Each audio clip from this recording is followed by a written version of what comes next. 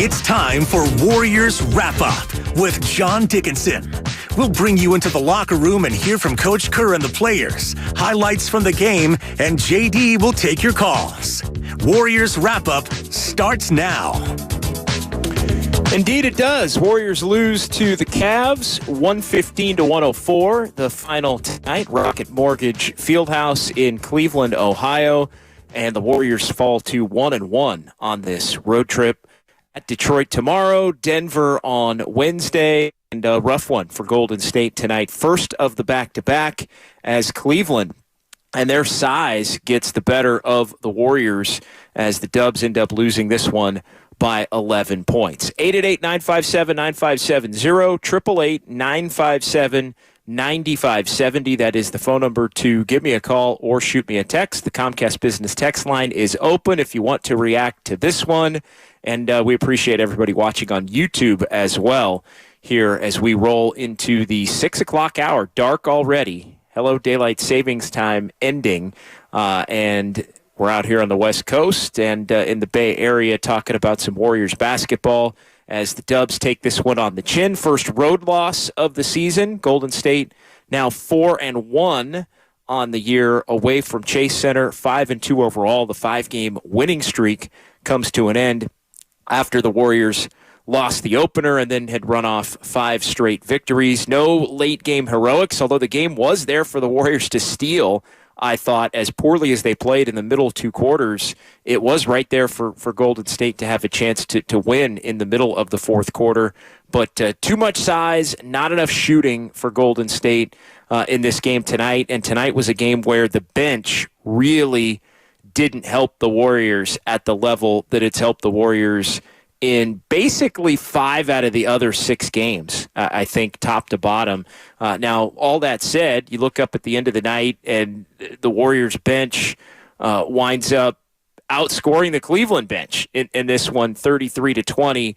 But you look at it top to bottom, and just terrible shooting, really, aside from Steph Curry and Draymond Green for Golden State in this game. You had Curry at 8 of 16. You had Draymond at 5 of 11. And then beyond that, it was rough for the Warriors. Everybody else basically just really shooting the ball poorly, 36% overall. The Warriors did make 16 threes. Now, Steph made 7 of those on 7 of 11, but even Curry, for as well as he shot it, wasn't his best night overall. 6 turnovers for Steph. The Warriors did have 13 turnovers total, but 6 of the 13 were from Curry. And so you add it up, and this is really, I think, in some ways, the worst game that the Warriors have played to this point. If you want to call it the first clunker, that's fine. I know Cleveland had gotten off to a 2-4 start. They'd been a little banged up to begin the year, hadn't won a home game as of yet. But I think tonight is one of those nights where styles make fights, and for as often as we've seen the Warriors be able to run some bigger teams off the court and out of the gym, the Cavaliers' size really at times bothered the Warriors in this game. Dubs get out rebounded 54-44, but to me, it all started really with the bench for Golden State because you look at the first quarter, and other than the turnovers, as you start to run through the game, Warriors had 3 early turnovers, but they were hitting threes early. The Cavs were hitting threes early in this one as well. Draymond Green was knocking down threes, hit a couple of corner threes, one from each side in the first quarter. And the Warriors, 6 turnovers, I thought negated an otherwise pretty solid quarter. And the Warriors ended up with the 30-29 lead in the first at the end of the first quarter, where I think this game really first got away and from the Warriors, and where they were playing uphill really for the rest of the night was the beginning of the second quarter. You look at the Warriors, it was that group of Chris Paul, Gary Payton, Moses Moody, Jonathan Kuminga, and Dario Saric. And I think that's the kind of that group I've really bookmarked as a specific 5. It's not the bench overall, which I think you can look at the numbers and it's been spectacular, but this specific group that's been out there a lot has had 3 different stretches now where they've really struggled to score. Both games against Sacramento, the Kings were able to take control briefly of the game against that particular group when they struggled to put the ball in the basket. And tonight, Cleveland was able to do the same thing with the Warriors struggling to score. Didn't have a hoop in the first 3 minutes of the second quarter. And as good as the bench has been, that specific lineup I want to single out and just bookmark for moving forward. Look, Warriors aren't going to win every game. And I don't think anybody expects them to win every game. I didn't think they were going to go 4-0 on this road trip or anything like that. And I think, you lose a game tonight, you're really happy that one, you got the game in Oklahoma City because the Warriors played a lot better in Oklahoma City, although you could make the case that this is the second consecutive poor defensive game with the Warriors giving up 115 to a Cavs team that hadn't been hitting that mark to this point in the season, albeit banged up. But to me, the game changed with the bench at the top of the second quarter, and it was just an ugly, ugly, ugly, ugly, ugly second quarter. That group busted up the Warriors' offensive flow, and then when the starters came back in with Cleveland up by 6, it got worse from that point on. And so it was basically the bench that allowed it to go from a 1-point lead to a 6-point deficit. And then once the starters came back into the game, it went from a 6-point deficit back up to what it would be at halftime, which was a 12-point advantage for the Cavaliers. And so it wound up 57-45. Worst quarter of the year for the Warriors, that second quarter, 28-15 Cleveland. And again, the bench group set a bad tone, and it got worse as the starters came back in. Everybody not named Steph Curry, Klay Thompson, or Kevon Looney at the half was shooting 5 for 30. 5 for 30, just the second time the Warriors trailed at halftime in the first 7 games this season. And again, as I mentioned, the 15-point quarter for the Warriors was their worst scoring quarter of the season to this point, and 5 of 27 shooting for Golden State in that quarter. So it really put Golden State behind the 8 ball for the night, essentially, at that point. And then, third quarter, the Warriors did win 32-29, but they fell down 14 on a couple of different instances in that third quarter. And then Steve Kerr decided to change things up, and we've seen him do this both of those instances in those first halves where that group that I mentioned as far as the bench goes hasn't played well. Steve Kerr's changed it in the third and fourth quarters. And tonight that meant Trayce Jackson-Davis getting an opportunity to be out there. And Trayce Jackson-Davis subbed in with a 12-point deficit, and he helped get the Warriors back in the game. Dario Saric joined him later, and the Warriors lineup of Chris Paul, Brandon Podziemski, Moses Moody, Jonathan Kuminga, and Trayce Jackson-Davis helped bring Golden State from basically 14 down to 7. And the Warriors were in position to still have a shot in the fourth quarter. So Trayce Jackson-Davis gave them, as one of the players on this Warriors roster that is big, that plays, I think, even bigger than his size, really made an impact and an imprint on the game. And so that different bench group, Podziemski in there as well. Kuminga, I thought tonight was awful in the first half again. Second consecutive game where he was bad in the first half. Played better in the second half, but you look at Kuminga's line top to bottom, 5 of 14. He does end up with 15 points, but he's a -9. And Kuminga has not been bashful. At one point, 0 for 6, and just casting off on drives and pull-ups, and almost as if he's been given a green light to just go get it. And tonight he didn't have it, at least in the first half. Again, a better second half for Jonathan Kuminga in this one tonight. But all in all, you get to the fourth quarter. Cavaliers are up 9. Chris Paul finally made a 3, but still 2 for 26 on the season from downtown.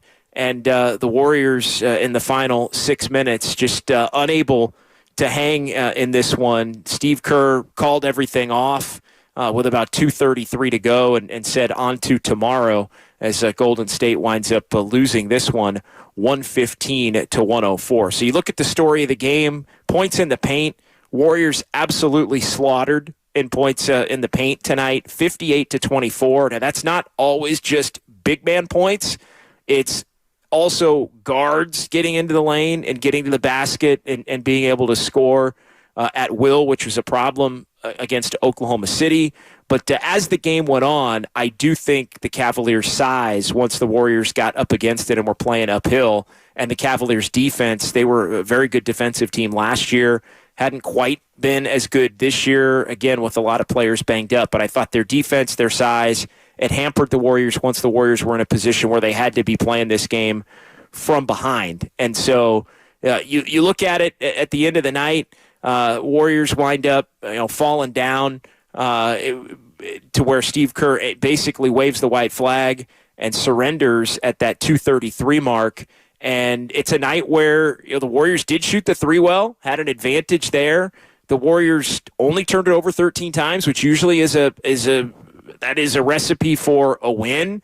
But the poor shooting is what does Golden State in. And like I said, the rebounding and the size, Steph Curry's turnovers, especially early in the game when the rest of the team has 7 and he has 6. That's a rough night, I think, for the Warriors. But again, Curry was the only guy really of consequence that shot the basketball well. So he's keeping him in it. And he hits 7 freaking threes. So to waste a night where Steph Curry makes 7 threes, I think has got to be disappointing for the Warriors. As far as, I know there's going to be a lot of people, talking about size. What are the Warriors going to do? They need size. They need to add a big. They need to add a big. I mean, it feels a little bit like the shows that we did last year. Every loss, it was like one of two things, right? Blame the fact that the Warriors don't have enough bigs or blame Jordan Poole. It seemed like that was just the recurring theme last year. Not going to do that this year. I mean, look, let's just be honest. The Warriors prefer to play smaller. And if you want to quibble about the finishing lineup for Golden State tonight, they did go with an ultra-small lineup. They went with Chris Paul and the other starters, Steph Curry, Klay Thompson, Draymond Green, and Andrew Wiggins in that final stretch where the Cavs were able to put the game away. If there's one possible finishing lineup tweak or change that I think it would have been valid for Golden State to consider, it probably would have been Trayce Jackson-Davis finishing over Chris Paul with Steph and Klay and Andrew Wiggins and Draymond Green, but I can also see why Steve Kerr wouldn't do that with a kid that hadn't been playing much, although he played well tonight. But the Warriors, I think, it's one thing to say they need to add a big for that 14th roster spot. I think they'd tell you they probably feel they've got it covered. But it's where and how often and for whom would that player play? It's the same old conversation. If you're a Warrior fan that wants to see more of Trayce Jackson-Davis, if you're a Warrior fan that thinks Dario Saric, not the best night for Saric or the best matchup for Saric tonight, but he scored 20 points on Friday night, if you're somebody that thinks he should be out there playing, and you like Kevon Looney, and you also like Draymond Green's ability to play center against a lot of teams, then where is this fourth or even fifth, if you count Draymond as maybe the fifth big man, going to get minutes? Just specifically on nights where you're playing teams that go Twin Towers, like Cleveland does, and the Warriors are not going to match up like that. They're not going to go Steph, Clay, Draymond at 3, or Draymond off the court, but some random center that they pick up off the scrap heap is in instead of Draymond. And so I think it becomes an issue of where are the minutes and how productive is that player going to be? And I think some of these veteran, bigger name players that might be available, they're not going to come unless they're playing 20 minutes a game off the bench. And the Warriors would basically say to that player, you're going to get maybe 5-6 minutes a half, maybe every 6-7 games when we're playing a team that runs Twin Towers, when there's like 4 or 5 teams in the league that do that. With Cleveland happen to be one of those teams with Evan Mobley and Jarrett Allen and some of the other size. So again, I get the complaint. It's like nails on a chalkboard. I think at this point, when the Warriors are 5-2 and for the most part everything is going well, I think tonight was a night where, look, they didn't shoot it well enough to overcome the lack of size, which is obviously going to be an advantage that the Cavaliers have against a lot of teams based on the way that they play. So 888-957-9570. Let's go to Chris in Oakland here on Warriors Wrap Up on 95.7 The Game to get us rolling on the phone lines tonight. What's going on, Chris? Hey, how you doing, JD, man? It's glad the season's back. Glad you're back. First time calling in this season, so thanks for taking my call, man. But it was a tough loss. But it was coming after 5 wins in a row on the road. And aside from like the points in the paint, aside from the Cavs' size and the Warriors not able to score in the paint or even shoot well from the outside, they just didn't shoot it well. Their lack of size was apparent, but overall, I'm not concerned with the size. The Warriors still have enough talent to go deep into the playoffs. The Warriors are a top 10 rebounding team right now. They're a top 10 defensive team without like a legit big that everybody thinks that they need. I like Jackson Davis coming in and giving them a spark in the third, and Wiggins looked like he gave more effort on the boards today, especially on the offensive end. So overall, it sucks that we lost, but overall, I think the team is still constructed really good, and I still see a lot of good things coming up ahead this season. So thanks, JD. Thanks for my call. Yeah, appreciate it. And thanks for the call. And don't make it your last call here on Warriors Wrap Up this season. 888-957-9570. And look, there's just going to be some nights where there are going to be bigger teams than the Warriors, and they're going to have to deal with it. And that doesn't mean that the Warriors are automatically going to lose. Now, they're probably going to lose if they can't shoot the ball at a higher clip than 36.2%. But I think for the most part, the Warriors think they have their roster covered. And look, if this team goes 5-2 over the course of the season, everybody's going to be feeling really good about where this team is, for the whole year. It's just it's as simple as that. The Warriors go 5-2 the whole year, they're going to win 58 games. And so, are they probably going to be that caliber a team this year? Probably not. they're going to have to deal with some injuries. I think they're probably slightly under that.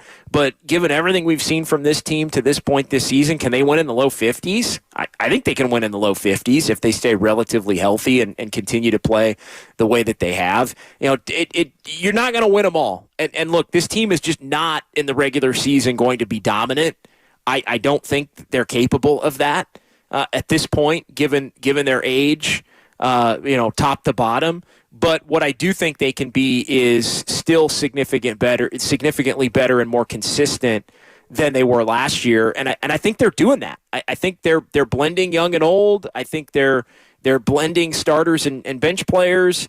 I think, as they've mentioned, that the roster is much better connected. I mean, to be honest, I kind of had the thought, Warriors, hey, they get on one little run here in the final 7-8 minutes, and all of a sudden this is a 1 or a 2 possession game, and they might steal it down the stretch.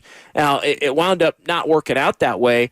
But again, it's a night where I think the tells are there, and really more than the size for me, it was about the bench tonight, just not being as productive, as steady, as consistent, not being able to score with that group at the beginning of the second quarter, which really, the second quarter was the game tonight. 28-15, Cavs outscore the Warriors in that quarter, and that winds up being the difference in the game as it ends not only the Warriors' 5-game overall winning streak, but the 12-game regular season winning streak they had against the Cavaliers. Pretty impressive stuff. The last time the Warriors lost to the Cavs, Christmas of 2016, all the way back Kevin Durant's first year with the Warriors after he signed. Remember Durant, missed a shot late in that one, and the Cavs won. And then, of course, the Warriors beat the Cavs in the finals that year, 4-1. Beat them in the finals the next year, 4-0, and hadn't lost in the regular season going all the way back to that 2016-2017 season. But all in all, I think if you're the Warriors, you got to like exactly where things are. Again, there are going to be teams that are tough matchups for the Warriors, but at the same time, you win the game in Oklahoma City. Comcast Business text line, I agree with this. Must win tomorrow. Potentially with no such thing as a must win on November 5th or tomorrow being November 6th, but you lose to Detroit tomorrow and you got problems. Like that's the nature of this season. Like I'm not going to make too much of tonight. I'm really not. Didn't shoot it well. All those things I mentioned. Bench didn't play as well. I think whatever.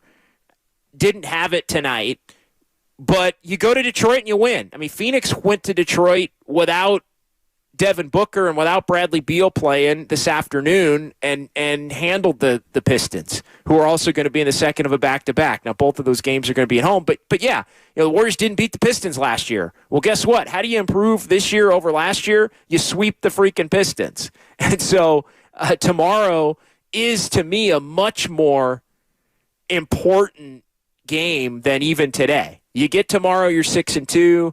You take your chances in Denver, and then you come back home for 6, and you got to be thinking that you're going to win 4, or 5 or 6 of those, games as a whole. So again, tonight, tough, but not catastrophic. And the early word, by the way, from Anthony Slater of The Athletic, who's in Cleveland and in the post-game press conference, Steve Kerr's planning on playing all the veterans tomorrow, and rightfully so. I mean, it's early in the season. That's a game you need to go get.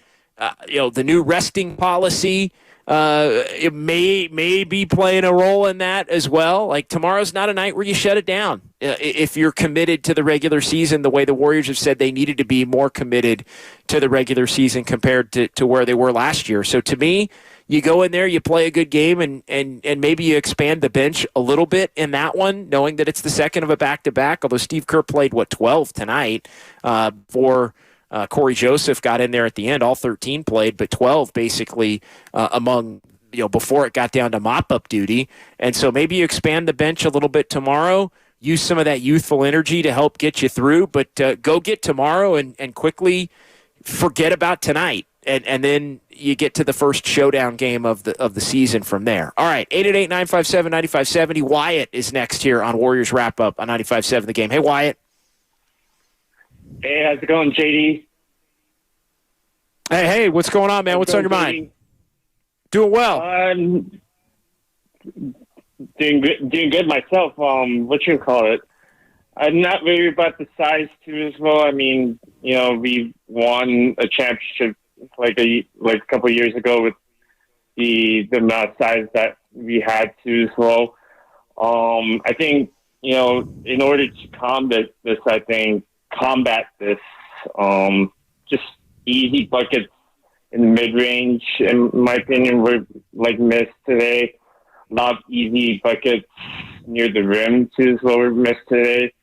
But I do believe that they can pick themselves up tomorrow and dominate. Yeah, I mean, to me, you got to just go win tomorrow. And it's as simple as that. And thanks for the call. I mean, and I agree with your point on the 2-point shooting for the Warriors in this game. 18 of 53 were the Warriors from 2, and a lot of misses in the paint. Like, to me, as much as, and you look at the 58 points from the Cavaliers, I'm looking at a breakdown of the shooting. The Cavs shot 70% in the paint, 29 of 41. The Warriors were 12 of 32 in the paint, so 37.5. So to me, it's more about the misses in the paint than anything, really, when you start to extrapolate it out a little bit. And, Jonathan Kuminga had some misses in the paint and at the rim as well.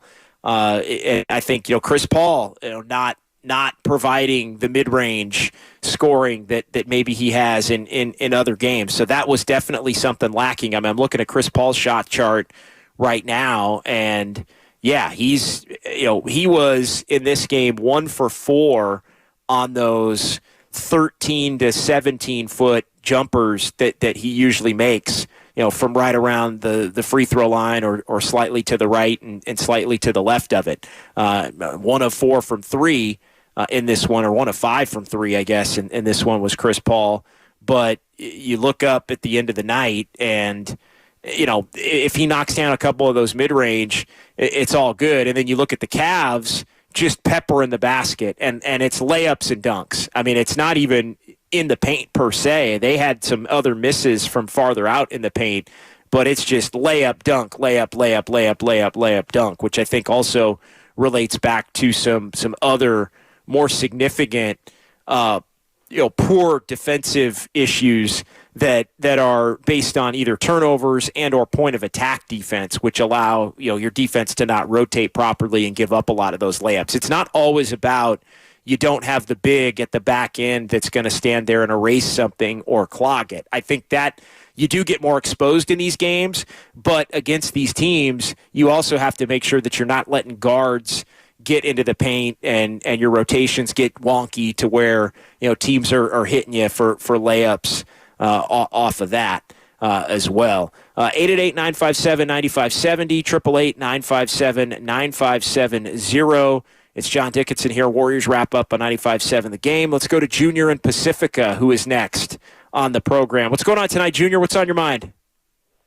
Hey, I was waiting for that last quarter close to now the gap and get us down to 1 or 2 possessions, and it almost happened like 3 times. It was so frustrating to almost knock at the door, right? So thanks for being the voice of reason. Losses are frustrating no matter what for them, I'm sure, more than us. And the question for me is, I'm a big JK fan.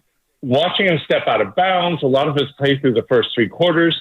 And then I liked his numbers and production in the fourth quarter, but it didn't look like joined up basketball like the rest of the team. It looked a bit like a solo operation. That's probably not sustainable on the Warriors. So, looking back on your watching hoops for a long time and others who do, what are his comparables for his growth? And, how's he looking for hitting that ceiling that we all get excited about when he throws down a big dunk? Yeah, I still think the ceiling is a year or two away. I really do, Junior. And that doesn't mean that it's not going to come, but I just don't think it's going to come with this team this season. And that's okay, by the way. Like I don't think Jonathan Kuminga has to have this massive third-year leap to where he turns into this, borderline Jordan Poole-ish effectiveness level, totally different players. But remember, Jordan Poole was starting to push a couple years ago, like is this guy going to be a borderline all-star, at some point? And definitely. So I don't think Kuminga's anywhere close to even that, of 2 years ago with the things that he does well. The concerns for me with Kuminga is I really don't feel like the hustle has been there. I don't feel like the rebounding has been there. He did have a couple of block shots tonight. I think it's been there at times. I don't think it's been there at other times. I think, they're kind of giving him a green light right now. And maybe that's a confidence thing. I've sort of alluded to it as I think the Warriors have almost made a pact with Kuminga. Like, look, if you hustle and you rebound and you do these other things, we'll get you the ball in positions where you can try to go get it and score a little bit, because I think that's something he wants to do.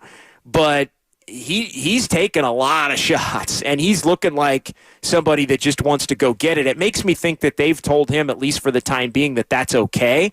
Maybe with the group that he's out there playing with, especially that group that I mentioned with Gary Payton II and Moody and Chris Paul and Saric. Like, that group can sometimes struggle to score. Now, that wasn't the group where he was the most productive in. He was pretty bad in the first half overall, and yeah, sloppy mistakes, and he's just still raw. As talented as he is, he's raw. I don't love him taking 14 shots on a night where Steph Curry's 8 of 16 and Klay Thompson takes 14. I mean, Jonathan Kuminga was 5 of 14. Klay Thompson was 5 of 14. And Steph Curry was 8 of 16. And yes, Kuminga was better in the second half than he was in the first half. But to me, there's a little bit too much of a green light. And I think that green light's been there since night one for Kuminga. And it just makes me wonder if they almost have made a pact with him, like, look, dude, we need you to do the hustle things. If you do that, we're going to let you try to cook with some of these lineups. And look, some nights he's going to have it. I thought, the positive spin on Kuminga, he was better in the second half than he was in the first half.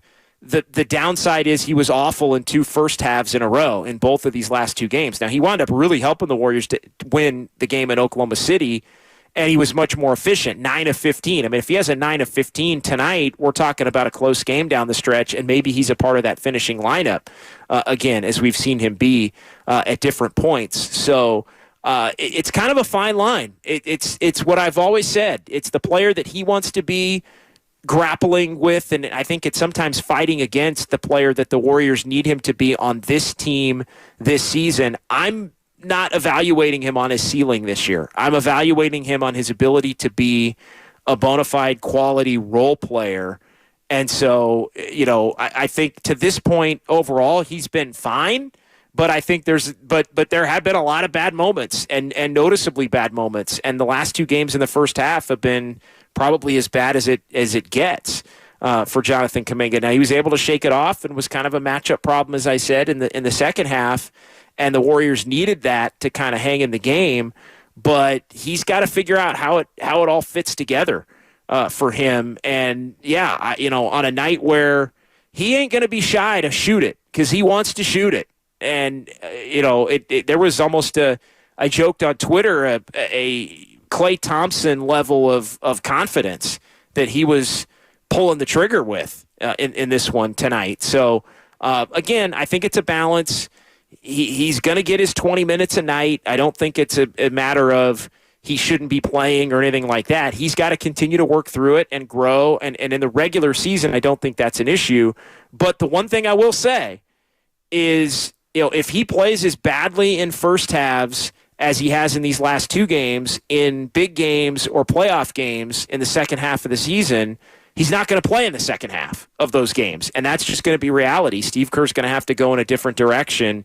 Again, not in the regular season, but in the playoffs, or if this team gets to a point where they have to win some regular season games down the stretch to get the position they want or to get into the playoffs, then at that point, maybe Kerr goes a little bit more veteran. But I think what the Warriors are hoping as far as Kuminga goes is that he becomes steadier with the playing time that he's getting, regardless of he's getting some leeway right now to work his way out of things that he's not doing well. And anybody that says he's not is just not watching at this point in time. So overall, I think he's been fine. Like, I don't think he's killed him or anything like that. I think he's had in 7 games probably 3 or 4 shifts that he's been out there that have been pretty bad, pretty rough. But I also think he's had 3 or 4 shifts where he's been out there and he's been really good and he's helped them. So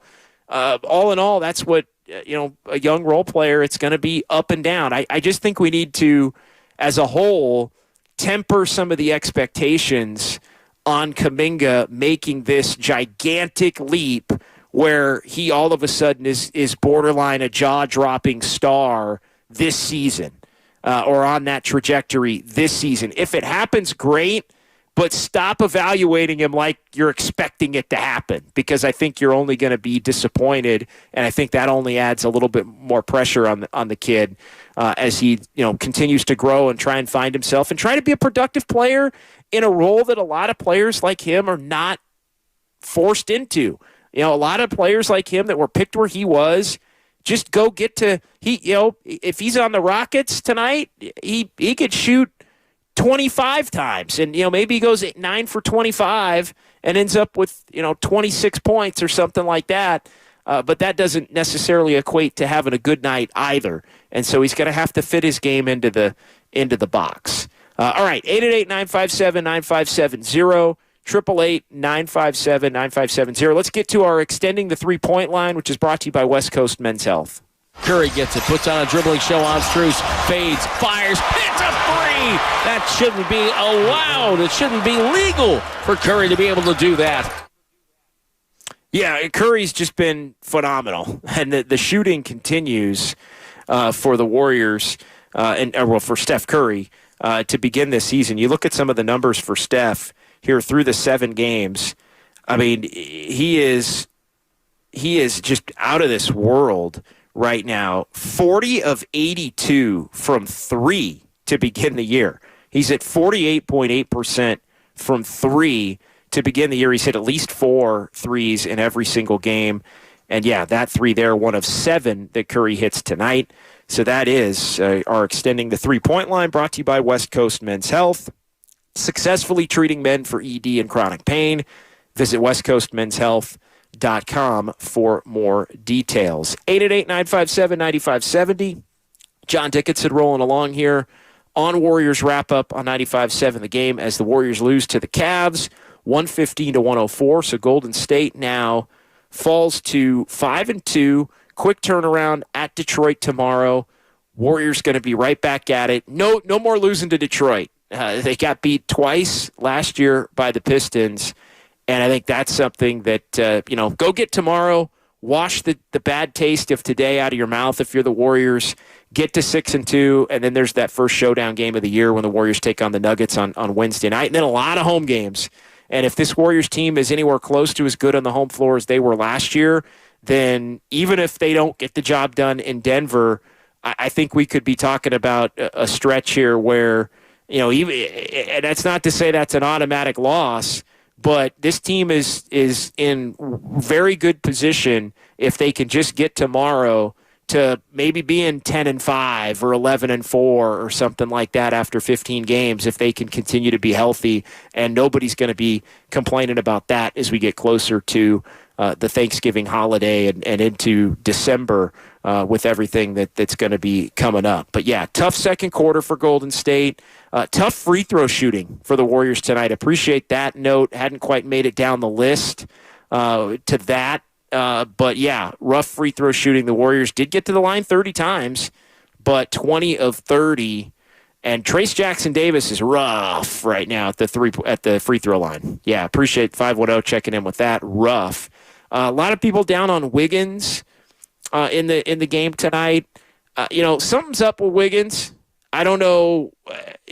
I think him not finishing on opening night, or I think that's one that it was a tell that I think Steve Kerr knows something's maybe not right, or he didn't have the best training camp.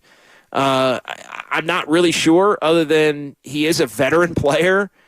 And I think you have to be careful to rush to judgment on veteran players in the early part of the season, because guys that have put up numbers at the level that Wiggins has put up in his career, although there are those nights where he's sleepwalking, and I don't think tonight was a sleepwalking night. I think tonight was more of a he just didn't shoot it well night, and 1 of 4 at the free throw line is not what you want. He did have 5 boards. I don't think Wiggins was terrible tonight, but it was a little bit more of that floating Andrew Wiggins kind of a game than we had seen, when he's playing well. And there have been more of those than there haven't been to this point this season. In fact, you could make the case that Wiggins really hasn't had a signature, plus type of a game yet this season. But I think, you got to give, I think, veteran players about 20 games to just see where they're at. And make sure, because I think the numbers will level. I do think the Warriors have to do a better job. And, Steve Kerr's mentioned this at different times. Do a little bit of a better job trying to go to Wiggins early in games to get him going. And that once he gets going early in games, he tends to be a little more aggressive as the games go on.